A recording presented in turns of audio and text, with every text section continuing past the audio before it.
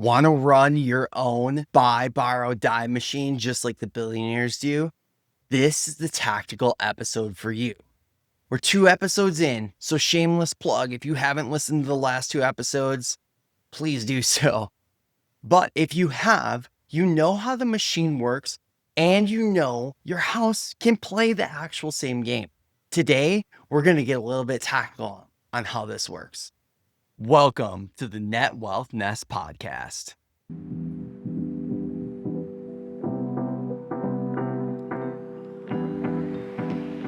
Honest framing before we get into this episode. It isn't for everybody watching. If you're still working to find the leaks in your budget, cutting things out, or understanding where your budget lies, the previous episodes we talked about that are probably the place to start. Buying real estate while living paycheck to paycheck or having to put money on a credit card just to survive it's just how people lose houses. However, if you're past that, there are 3 paths and you probably fall into one of them. Just remember, action beats analysis paralysis. The best real estate move is almost always boring and made early, allowing you to hold for a long time. Just keep that in the back of your mind. All right, bucket number 1. If you already own a house, first step, you should do the equity audit. It takes less than 5 minutes to do, and you should do it today. Put in your address through Zillow or through Redfin to pull a current estimate. Keep in mind, these are estimates, so play with it a little bit. Usually be a little bit more conservative than what they give you. Then go and pull your current loan balance from your mortgage statement. Subtract the 2. This is your equity number. As we've talked about before, most people, they don't even know what it is. So at least have an understanding of how much equity you have in your house. Step number 2, you should be asking yourselves a few questions through this decision tree to understand what you might want to do this year. First, is your current rate above 6.5%? And are you planning to stay more than 5 years in your current house? If you are, run the math on a refinance. It's possible that the rates have dropped for a new loan. Now, understanding that there are closing costs and things you're going to pay, it's worth at least running the math and finding out, can you lower your payment by refinancing? And what are the added costs behind that? Depending on what that is and how that might help you in the future, it may be worth refinancing your loan, especially if the rates have dropped significantly from when you first got your loan. By significant, I mean 0.5% would be a significant number and could save you a lot of money month in and month out. If it's more than 0.5%, it's definitely worth talking to a bank and finding out what your new payment would look like. The second question, are you carrying high interest debt? And by high interest, I mean like credit card debt, more than 15%, sometimes 20, 22, 24%. And you have 35, 40% or more equity. A cash out refi might make sense for debt consolidation. Here's the deal. This is not about lifestyle. This is not about doing a cash out refinance so you can go buy new toys for your house, new TVs and clothing and furniture and all these. That is not what this is about. This is about taking your credit card and getting rid of it and putting it in a much smaller interest-bearing loan that is using the equity in your house and paying that off. One other distinction here, if you do this, you should get rid of that credit card. Cut it up. Don't ever put anything on it again. You have that debt, that revolving debt for a reason. Don't put yourself in a situation where you go and get a better rate on your debt so you can pay it off sooner, and then you immediately turn around and start putting more money on that credit card. That is the loop that most people are in. Do not be most people in this situation. If you are going to do this step, you should never put another dollar on a credit card so that you can pay off that debt and get out of that revolving debt and that high interest debt. Quick pause for a second. If anything I've shared so far has hit a nerve, if you're carrying debt you can't seem to shake, or if you haven't started investing yet, or you're just not sure where you actually stand financially, I built something specifically for that. It's called the Financial Pulse Check.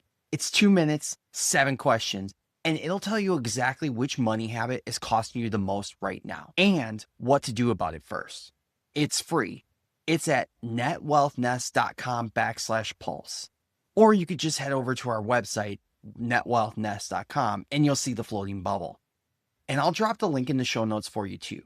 But just take it before you forget. One more time, that's at netwealthnest.com/pulse. All right, let's keep going. Question number 3.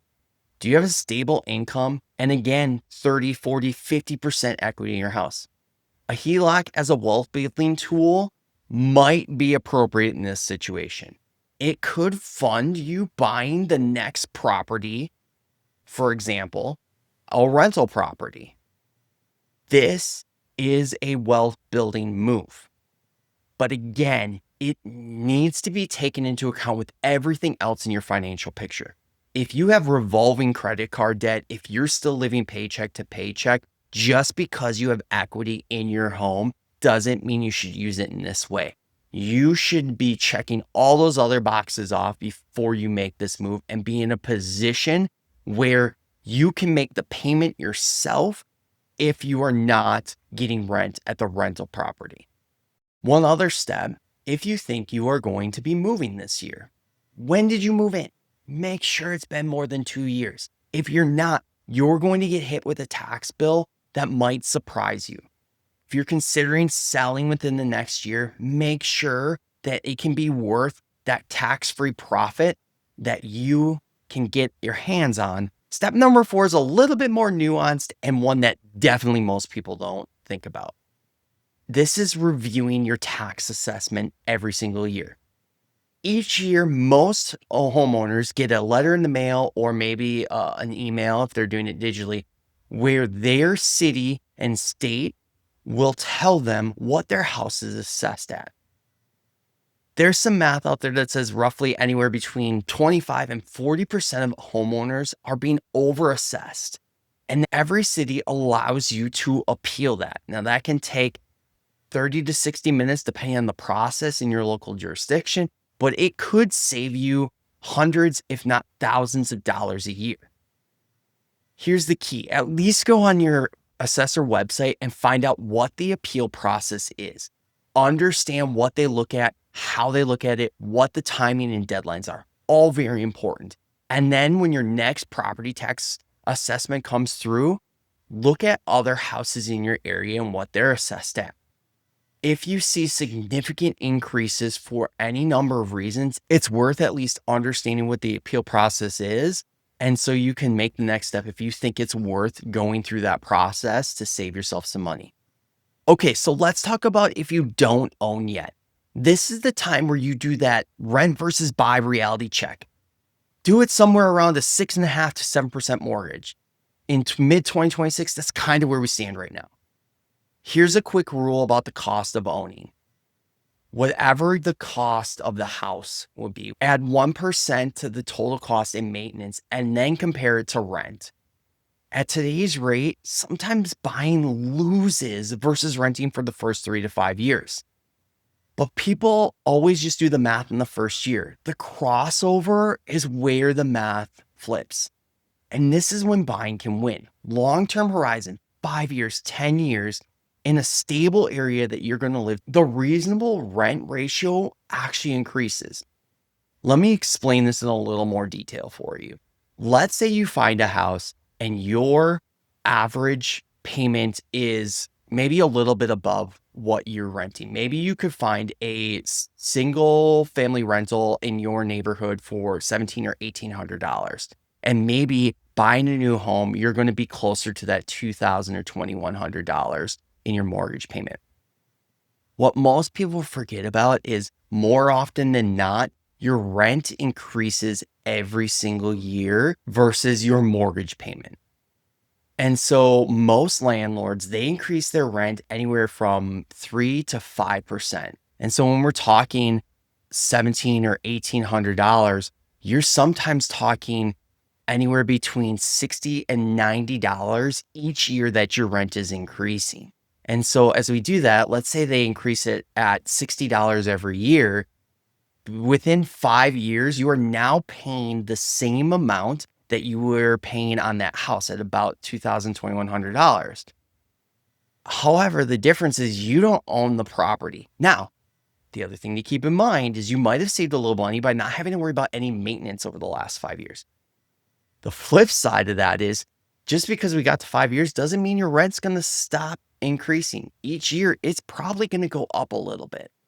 And so this is one thing to take into account is what does the time horizon look like? If you think you are going to be in a place for a significant portion of time, or you are planting roots because you have family or kids or any of that type of stuff, this should be extra motivation to really look at how do I buy a property so I can take advantage of appreciation over that time frame, as well as the equity you're building by paying down the mortgage in this situation. It's almost like a forced savings account. Again, it all depends, but in this basic example, if I was going to live in the same place for 10 years, it would probably make more sense to buy the house and have to spend a little bit more upfront on my housing expense and taking advantage of the long-term equity and the consistency that my mortgage payment would be relatively the same year in and year out versus my rent payment continuing to go up and up and up and up and up.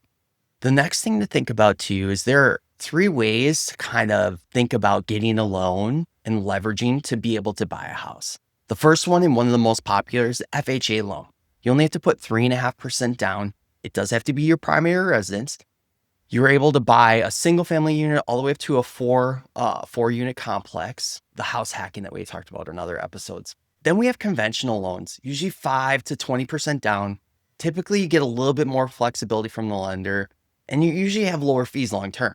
However, usually it does require better credit than the FHA. And then, of course, there's a VA option. If you or your spouse qualify for a VA loan, 0% down, relatively good rates. If you're eligible and you're not using it, you're potentially leaving real money on the table. The next thing to think about if you're looking for your first house, the boring first house rule. Your first home probably shouldn't be your dream home. You should really be thinking about buying in a good neighborhood that you'll get good appreciation. It's stable, meaning you can afford it even when things get rough, and it's not all about your lifestyle. Now, you do have to make some important decisions. You have to be in an area that you really like. You should take into account like the number of bedrooms, how big your family is, like all of those things, but it might not be your dream home, and that's okay. It also might not be perfect. Maybe the paint isn't great in it, or maybe the carpet isn't just the kind you like, or the floor and whatever. A lot of those things can be changed over the long-term hold of the property. Don't let that negate you getting a good house in a good area that fits your lifestyle currently, even if it's not absolutely perfect every single step of the way as you walk through the home. And then last, I want to just say there are some don't buy yet signals that you can't ignore when you are thinking about this. The first one is job and location. If you're uncertain that you're going to be here for the next 3 years, just telling you right now, just wait. The next thing is if you have less than 3 months of expenses left in reserves after the down payment, you should also wait. This is a recipe for disaster. Also, a high cost area where the rent to price ratio is really, really terrible, you may be smarter renting and then investing the difference. Again, we walked through a little bit of that math earlier, but if you can't start to make up where that spread is, even after multiple years of rent increases, this might not be the right time or the right place to buy a house for you. The renting and investing in difference, that is a valid wealth path too, and something that you shouldn't discount just because we're talking about buying real estate in this episode.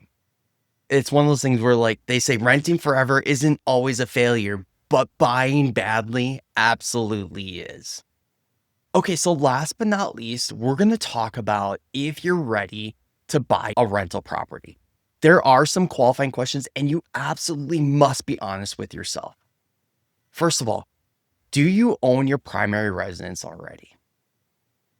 It's almost always the right first move before you buy a rental. Part of the reason is you go through the buying process and you at least have a little bit of understanding about how it works. And you can also more accurately predict expenses that many renters don't think about and don't have to deal with. Things like a water heater goes, there's landscaping issues, you have different insurance costs. All of those things, many renters don't necessarily always do the math and get themselves stuck in a pickle. The second thing, do you have at least 3 months of personal reserves that are separate from the down payment? This is a situation where if you don't have the reserves and you can't float the loan while you get a tenant in there, or maybe you switch from one tenant to the next tenant, this is where people lose houses, get foreclosed on, lose the asset, lose their down payment, lose all the wealth building, and either start back at zero. And more often than not, they actually end up in a worse situation than they were before they bought the rental. Don't be that person. Part of that, you have to be able to stomach a bad month, a bad quarter, or even potentially a bad year where the property makes no money without panicking and selling at the bottom. Again, the whole point of real estate is how long can you hold the property? That's where you make the most gains. And if you can hold it forever, that's where you actually are building that generational wealth that we continue to talk about. If any of these end up being a no, this is a next year type answer, not a this year one. Don't force these things. That's where people get in trouble. Now, 3 quick sniff tests if you're touring a property or if you're trying to understand what some good rule of thumbs might be. The first one's the 1% rule. Basically, monthly rent should be at or above 1% of the purchase price. It's rare in 2026, but still a useful filter. So if you have a $200,000 property, you should be able to at least rent it for $2,000, if not more than that. The 50% rule. Assume that 50% of the rent is going to go to expenses, taxes, insurance, maintenance, vacancy, management. If the remaining 50% doesn't cover the mortgage with a little bit extra cash flow on top of that, that's probably not a good deal. As you're looking, once you get past these sniff tests, a couple things to keep in mind: cash flow versus appreciation. Appreciation can be the riskier of the two. My recommendation is you usually look for cash flow. Now, what do I mean by that? That typically means that you're taking all the expenses. So not only the mortgage and the insurance and the interest and all those things, taxes, all the repairs and maintenance, all of the vacancy adjustments that you're figuring out, all of that, every single expense you could think of, all bundled into one. Do you have money left over after that? What most people do is they take their rent, and let's just say their rent is $1,500, and they take their mortgage payment, and let's just say their mortgage payment is $1,200. And they go, look at this. I've got a $1,500 rent on a $1,200 mortgage. I'm good to go. I've got $300 of cash flow month in and month out. Anybody in the real estate game is going to basically tell you that's not true. You're not going to get that cash flow month in and month out. You might some months might be good. You don't have any repairs. There's no issues. Everything goes great. However, there are going to be months where something like a water heater breaks. And then a $1,200 water heater has now eaten up 4 months of perfect cash flow. The catch is it's never going to be perfect. You need to plan for all of that. So you should be estimating in all of those maintenance repairs, long-term capital expenditures, things like your water heaters, your HVAC systems, your roof, your landscaping, any of those things you should be adding into your calculations as you figure it out. If you get all of that in there, which is usually, again, somewhere between 30 and 50% of what your rent is month in and month out, and add that in, then you would have cash flow. So, for example, let's say you had a $1,200 mortgage payment. Half of that, $600, we're going to add on in this situation to account for all those things we just talked about. But now, if your rent payment is $2,000, you now are more accurately predicting about $200 every month in cash flow. That is a much more accurate measurement of what your cash flow could be. Now, is that saying that month in and month out is going to be $200? No, not even then. But you're leaving yourself some flexibility. Once you get a tenant in there, maybe you don't have any issues for 6 months straight, and you're banking the entire $800 in there every single month for those first 6 months where there's no issues, there's no maintenance calls, the tenant's paying on time, everything's going swimmingly. You've got 6 months or over $4,000 in cash flow you had. Now, when that water heater breaks, instead of it feeling like you're out 4 months worth of cash flow, you're actually just resetting that off of the 4 grand you just made. That's how cash flow works. Cash flow doesn't always build you significant wealth. Again, it's about holding on to the property as long as you can. Cash flow in this case helps you as a defensive metric to make sure that you don't bottom out and you don't have cash on hand to either do maintenance, or when somebody moves out, turning over an apartment, or if the apartment is struggling to rent over several months of time, you have that extra cash that you've made so that you can make the mortgage payments and all those things. The key is to hold the house, hold the apartment, hold whatever it is as long as you can for years and years and years. That's how you build wealth. Appreciation is the other part that we talked about and is really how many homeowners build long-term wealth in the house that they're living in. That value of that property continues to go up over time. Again, it's about holding it for long term. The key here is if you don't have cash flow, even if your place is appreciating, if something dramatic happens in that area, whether it be housing crash, whether it be a rental crash in pricing, whether it be the market that you're in all of a sudden sees less people moving into it, or any of these things happen, that could hurt where you might lose the cash flow and might not be making your monthly mortgage payments, even if the property is valued higher. Now, typically that doesn't happen if you see some sort of crash, but this is where people get in trouble. They make bets on areas where the appreciation is going to skyrocket, and that house in 5 years is going to be worth hundreds of thousands of dollars more than what it is now. They don't take into account being able to hold on to that property through the ups and downs where all of a sudden, oh, I can't rent this for 3 months. If you can't make a payment on a house for 3 months with no tenant inside of it, you're in trouble. You could lose that for foreclosure. And again, that's where people set themselves back. And last but not least, in this section, we'll cover a little bit of the blow up failure modes. And this is where first timers lose money. Bad tenant screening. This is probably the single biggest cause of investment property like failure and loss. One eviction or one bad tenant that just destroys the property and can cost tens of thousands of dollars to fix that. And while you can go to court to get that money, more often than not in these situations, you're not getting that money from those individuals because quite frankly, many of them just don't have it. And so understanding that really good tenant screening or having a property manager that is really good at doing that and can do that for you is incredibly important to protect yourself in the future. We've talked about repairs, water heaters, roofs, HVACs. They all fail. They all die. Quite frankly, budget like a professional, not an optimist. It's not if it's going to happen. It's when it's going to happen. Same thing with vacancies. Assume 8, 10, 15% of the year, that place is going to sit empty. You're not getting income. People move in and move out. You might have to evict somebody. Even if you're not doing anything bad where the tenant is just moving out, you're not going to go from one day, one tenant being in there to the next day, another tenant being in there. There is a turnaround period. And you have to understand what that turnaround period is. DIY management, sometimes you should pay for management and sometimes you don't need to. But you should decide deliberately. How handy are you? How much time do you have? How much does it cost for management? Will this alleviate some of the headaches?